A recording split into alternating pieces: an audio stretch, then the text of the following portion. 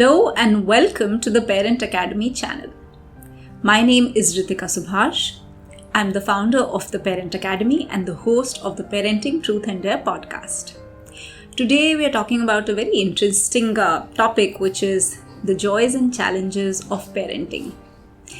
I may sound like I'm speaking only from the perspective of a female, but actually anybody who's a primary caregiver, largely that ends up being the mother, but in the household, usually the primary caregiver of a child goes through a lot of changes in their life. When a child comes into the picture in the house, everybody's attention shifts from everything else to that child. And the well-being of the child takes up priority more than anything else in the world. So this brings a lot of joy, right? There's a lot of excitement amongst extended relatives, amongst the family members, and everybody wants to do something for the child. However, in this process, the primary caregiver sometimes gets their importance go to the back burner, right? I mean, nobody really focuses on what they might need or how they might be struggling to cope with all the changes that have come up with the new child. So today we are talking about these joys and challenges because the journey is actually quite intertwined and meshed together. And it's not like the early few years are only full of challenges and the joy is after age 3 or 4. That's not the case. There's a lot of joy in the beginning as well. And it's also not the other case that the challenges end up going away after age 3-4. Challenges also evolve as the child is growing. So this journey is actually quite full of ups and downs, and this is something that I wanted to touch upon in this video. So in terms of the challenges, with younger children, of course, it becomes more logistical. So how do you feed? What is their routine? How do you set a proper sleeping pattern for them? For the mother, of course, the challenge comes in terms of how much of maternity leave, if you're working, how much of that you're getting, how much time that you get with the child. Also, many corporate offices do not have the facility of a nursery or something where the child can be close to the mother. So that also becomes quite challenging in terms of the logistical arrangement of how things may work after maybe 5 or 6 months of the maternity leave. So as the child grows, of course, challenges keep on changing. So once the child is of preschool age, then how do you get the child to get adjusted in a new environment? Sometimes children who have been, very sheltered in their own house, they find it very hard to go out and adjust with the new environment of a play school or maybe a proper school. So that could be a different kind of challenge. Then by age 4 or 5, that's the kind of age when children start to look at groups or forming friendships. Before that, their primary interaction is with their family members, and while they may play with other children that come in their own vicinity, but they don't really form as strong friendships or that kind of groups that they form before that age. So that is the age of 5 or 6 when they start doing that. So the challenges there could be things like peer pressure that they face. So again, as parents, we need to be fully equipped to help the child manage their emotions and to be able to handle these pressures. So the idea is not to simply jump in and solve the problems for your child, and always feel like you have to be there to help them navigate it. But yes, you need to give them the right foundations to be able to express their emotions to their friends as well, and to be able to make things work. So this is a very important period because many parents that come to me or come to the Parent Academy, they find that, this period is very challenging for them because, either they feel my child is too shy or they're not able to form friendships, they're not able to mingle with others, and they feel isolated. So this could be some of the things that you may also be facing as parents. And if not, there are children who are very open and they tend to make friends wherever they go. So that's those parents as well. But if you feel your child is struggling, then I think the important thing is to not it's not a race against time. So not really force your child to do anything that is really beyond their comfort zone.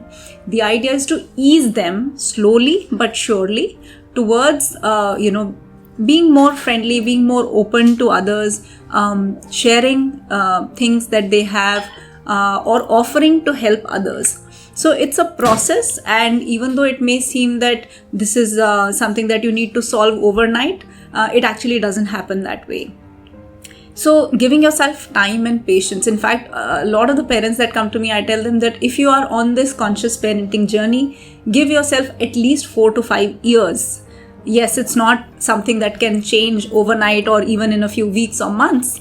You can learn the concept in a month or 2 months, but to implement it, to really internalize it, and to experience the joys of parenting, as I said, it's a lot of conscious work, and it takes about that much time. You give yourself at least 4 to 5 years. It's a whole journey. And of course, once you become a parent, then you're a parent for life, right? So there is no rush, there's no hurry.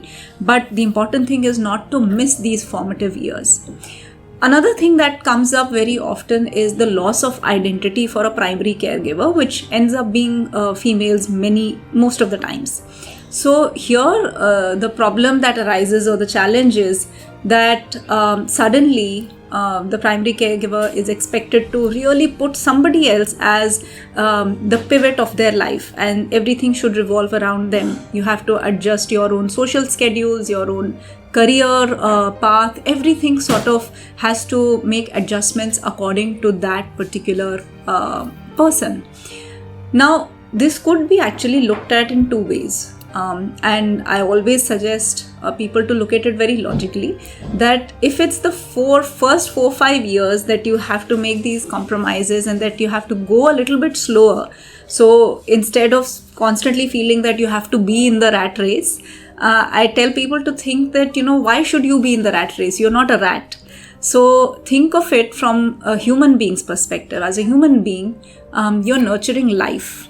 You're laying the foundation for your next generation, and this is major work. If others don't give it that importance, or if people feel that this is not something worthwhile, or you've had a degree and you can't really throw that away, I think the important thing is to think from your perspective as to how would you prioritize your life around it, and if it's a compromise for that much time, so that you give your child a good foundation, a good emotional foundation, good connection with the family, and also you feel satisfied that you've experienced these joys of your child growing up, it's always worth it. Also, one way that you can really appreciate these changes is if you celebrate, small victories. Sometimes we feel that celebration should be kept for birthdays and anniversaries and all those, of course, important moments and days. But what about the smaller joys? How happily and how fully and how physically you celebrate even small things like maybe your child's first walk, or the fact that they gave somebody a gift, or like a toy they shared with somebody and didn't really hold it. These are things to be celebrated. So I always tell something which I learned from somewhere as well, which is celebration should always be physical, because physical is memorable. So whenever you do something, it could be a physical act of jumping or dancing or, high-fiving. Why are these acts, globally associated with celebration? Because they are just a physical expression of what you're feeling inside. Now, I may be very happy inside, but unless I physically show it, how can somebody else, much less a child, understand what I'm feeling, right? So, and children, the difference between adults and children is that adults live in their brains. They think, we are constantly thinking, we have an inner chatter that is going on, whereas children live in their bodies. So they experience life through their physical expression, and they expect the same from the adults as well. So when you have a little child, if you look at their face and if you make big expressions, if you smile and you make your eyes wide, they suddenly start to reciprocate, and they will reciprocate with a smile and wide eyes. Whereas you can be very happy inside, but if you don't have a physical expression of that, the child may or may not be able to gauge exactly what you're feeling. So coming back to the fact that physical is memorable, and this is true for even younger kids, young parents, or even teenagers, the more that we celebrate our small victories, celebrate life in general, day-to-day life, the more joyful this ride is going to be.